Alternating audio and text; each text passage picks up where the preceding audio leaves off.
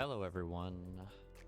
It is a very beautiful Monday morning, very early in the morning, I will say. And as you may be aware, today is our kit reveal day. 2 new IDs. We have not only Corp, Rodion, but also Ryoshu. Or not Ryoshu, freaking Don Quixote.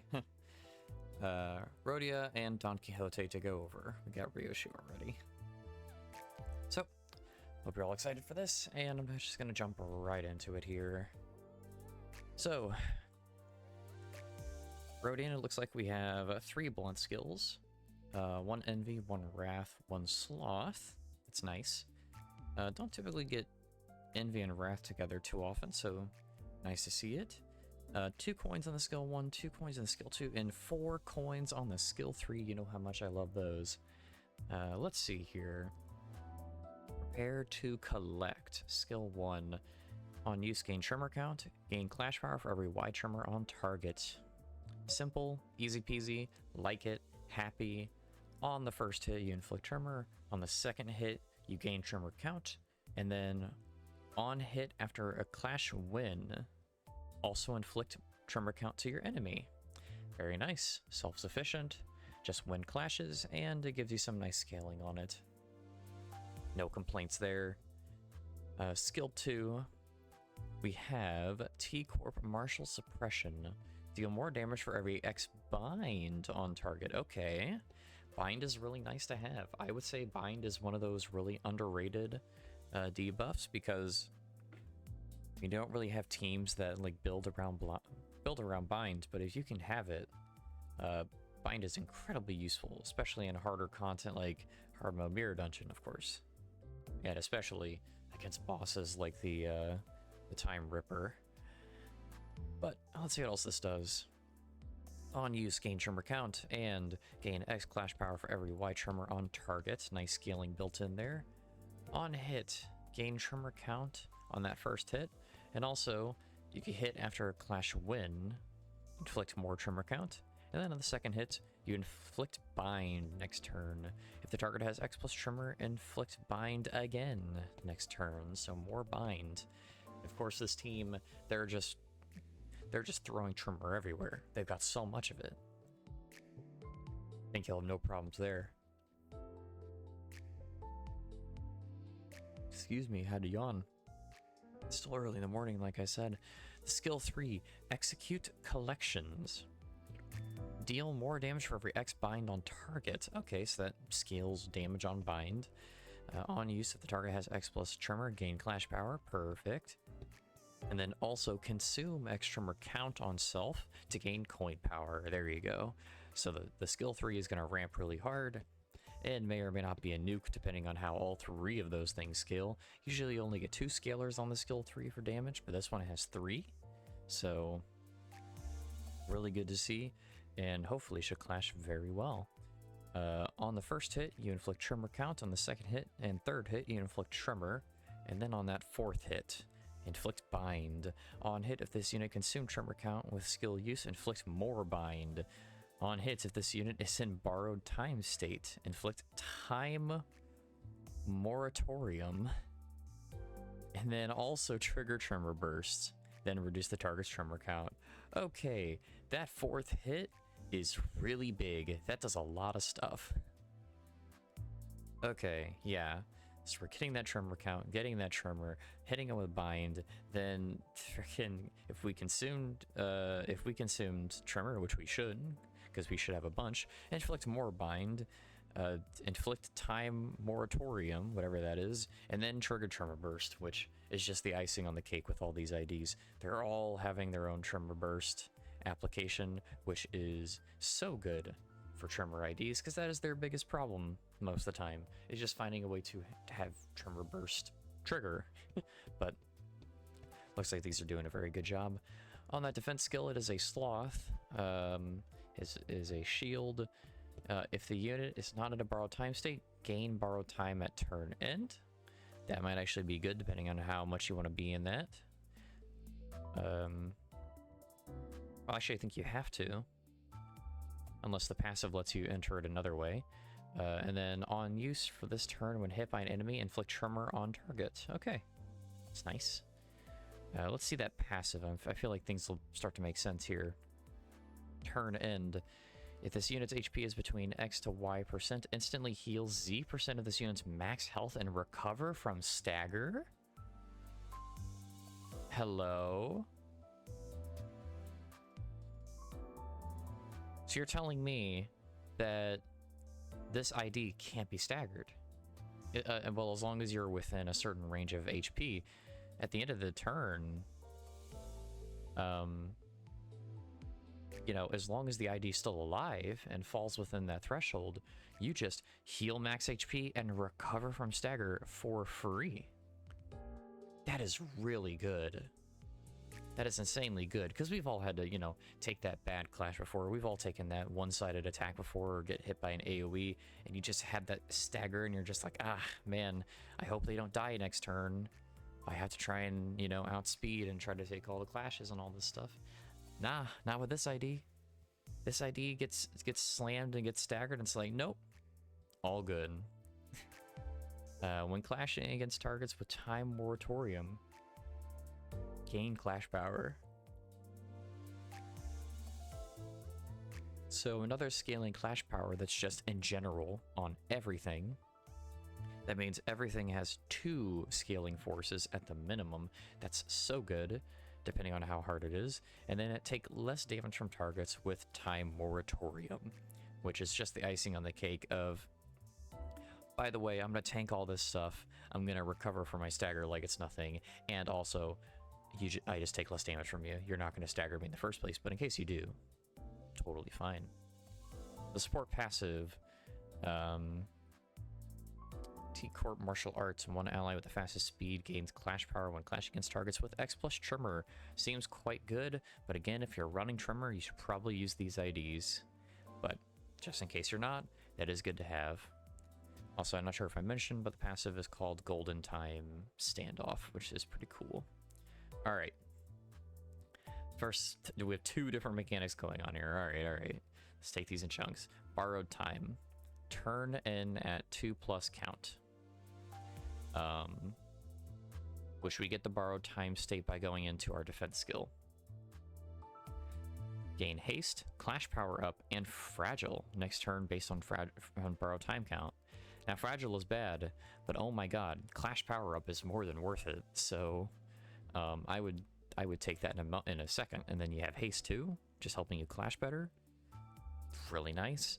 If this unit is set to gain more bind than haste next turn, the borrowed time effect expires at the next turn start and this unit gets staggered. Interesting. As far as I'm aware, there is nothing that... Yeah, you don't gain bind on anything. So this is not you doing it to yourself. This would be... Oh, never mind. Hold on, I shouldn't speak. Turn end at 1 count. Gain bind next turn based on borrowed time potency. Turn in, gain 1 potency, lose 1 count. Okay. I see. So you need to get into borrowed time state, but you also need to make sure that you have enough haste to outweigh your bind. And if you don't do that, then you'll get staggered. So I see it as like, it's basically a way for the game to go, okay, well, this amazing state that you're in, that you're getting haste, clash power, and all these other benefits, it's not free. Like, you may not be able to turn 1 just pop it and do it like that. No, you may just have to, or well, at least you can pop it turn 1, it seems. I think that's what that's implying, but you can't just spam it. So maybe something like you can't play this multiple turns in a row. You need to actually like be careful with what you're doing and make sure that you're, you know, managing your own resources here. I think that's how that works It will be tough to say until we get our hands on it, because I have a tough time conceptualizing that stuff in the moment. So that's what it says to me. It's just, I'm gonna put on my defense skill, and I'm not gonna spam it. Going to make sure that I just get to my threshold to get the borrowed time going, and then well, hopefully get time moratorium going. So let's see what that does here, as this seems to be the main thing of our skill 3. Seems to be what we're working towards, especially with the standoff passive. Let's see. Does not take any damage as long as this effect is active. Store all damage received instead. Combat end. If there's only 1+ count left on this effect, the effect trigger Tremor's Burst after dealing 100 plus potency times X% of stored damage. Okay, 100 flat, by the way, plus potency times X% of stored damage. That is going to one-shot almost everything that is not a boss immediately. And this might one-shot bosses, depending on how much potency you get on the target and how much it's being multiplied by. That ramps super hard. Holy smokes. At the very minimum, you're doing 100 damage. Even that's good enough, but damn. This could scale really hard. I definitely need to see this in action now. Turn in, gain 1 potency and lose 1 count. Okay. If another instance of time moratorium is inflicted on a unit with time moratorium, this effect will immediately expire after triggering the Tremor Burst and the sloth damage effect. So, you do want to stack it up. You do. But, if you stacked it up enough or you need to switch target, then it will just pop anyway. And you're still going to get your pop out of it, and then the next one will start on that.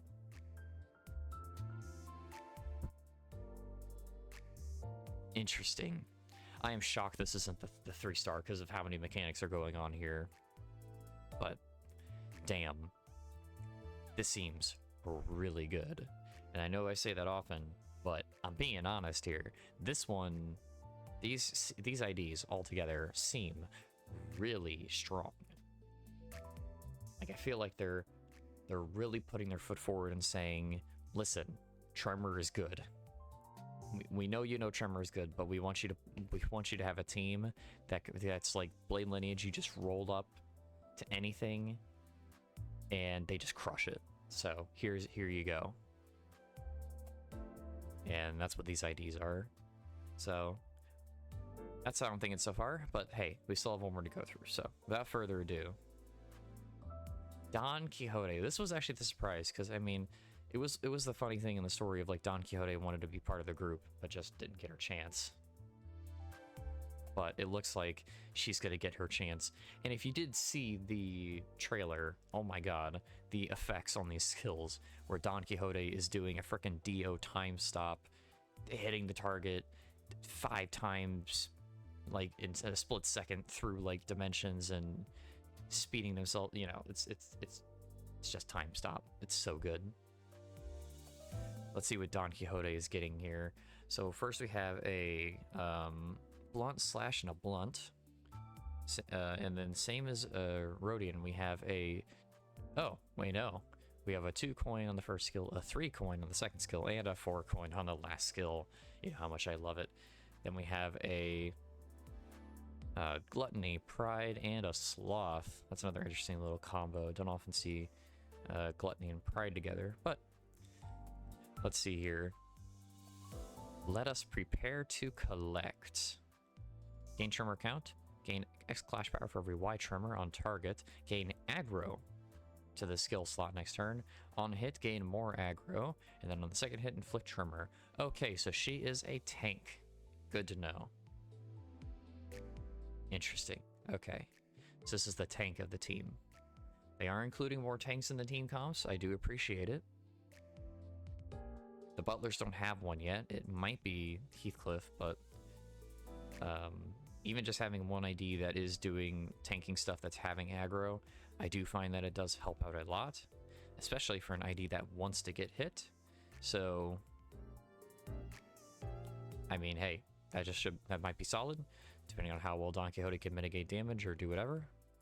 But let's keep going. Skill 2. T-Corp Accelerated Amputator. Christ, that's terrifying. On use, gain Tremor count. On use, gain X clash power for every Y Tremor on target. Again, love that scaling. First hit, consume up to X Tremor on target and Y times the amount of Tremor consumed on target as count on self. Inflict Tremor consumed minus Z bind next turn. Okay. So you're consuming the Tremor on the target, you're gaining that amount of Tremor, and then you're inflicting bind on yourself. Oh wait, unless that's separated. Unless it's you're putting the Tremor on yourself and you're inflicting bind on your target, that would make more sense. It's just this kind of weird wording there, because it's right after the self statement. But I don't think you're inflicting bind on yourself. Second hit, inflict Tremor. Third hit, if the skill's coin affects consume Tremor on target, trigger Tremor burst, then reduce the target's Tremor count. Okay, second skill just has Tremor burst on it. All right, big pop. We'll get a big pop there. Very nice. So next thing we have is skill 3. I command the halt. On use, gain X clash power for every Y Tremor on target. On use, if the target has bind, gain clash power. Consume X Tremor count on self to gain coin power. Then on that second hit, inflict Tremor. On that third hit, inflict Tremor. And on that fourth hit, if the target has X plus Tremor, consume Y Tremor on the target and inflict Time Moratorium. We have that again. If this unit is in a borrowed time state, this effect does not consume the target's Tremor. Does not consume, so you can pop it, and they keep all that amount, so you can pop them again later for Tremor Burst on your skill 2 or another skill 3. And then also, a part of this, trigger Tremor Burst. And then also, reduce target Tremor count. And on hit, the target speed is slower than this unit's. Okay, so you are inflicting bind on the target. Trigger Amplitude Conversion Tremor Chain. How much Tremor are we getting? How many different variations of Tremor can we possibly have, Project Moon? Like 6? 7? 10? How much Tremor? How much Tremor is too much Tremor? I don't know. Okay, so that's nutty. So you're consuming Tremor and then not consuming Tremor for your borrowed time state, and then you're hitting them with Tremor Burst, and then also you're converting them into something called Chain. On top of it all on the fourth hit, so big fourth hits.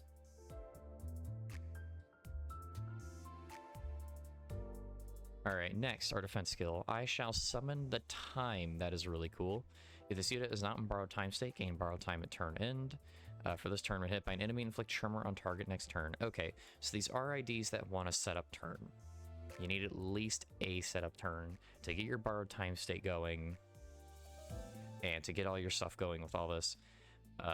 Depending on what you're fighting, you may not want to set out the first turn. You may have to just pick and choose a good time to get your borrowed time state, like, slotted in. But, you know, that's all a part of the strategy. We'll to see how that pans out. Because, yeah, almost losing a turn, you're inflicting Tremor, which is nice. You're kind of making up some of that. And they do, if they are pretty tanky, then you should be good. But, man, you know how I feel about defense skills, how they're not all there in terms of the shield skills, so hopefully they're good enough to where you can weather those hits, because that'd be really bad if they could not. Passive, Golden Time Extracting.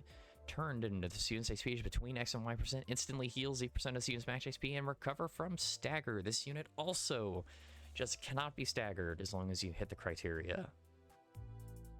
Definitely helps you a lot with that defense skill there for sure, just in case. Yeah, and that's just really strong, especially for units that a unit that will be tanking. Next is when this unit loses the borrowed time state, gain aggro to one of this unit's skill slots next turn. So more aggro. You want this unit to be taking hits a lot. A lot. But she's going to be doing all this crazy stuff, so it's fine. She can take it all.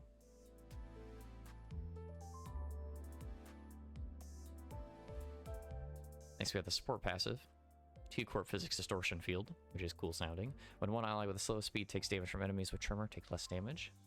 Nice. Support, that's just, you know, it's whatever. You're going to be running this ID, but just in case you're not, I guess it makes someone a little tankier. That could be good. Could be good. And we've already seen Borrowed Time. We've already seen Time Moratorium. But what is our Tremor chain here? Lose Clash Power for every X potency on self. Wow, that's like just having them have sinking. That is like having them have sinking, but it could scale harder.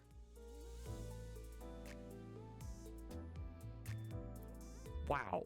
Okay, that is really powerful to put on something. Just minus Clash Power is so strong.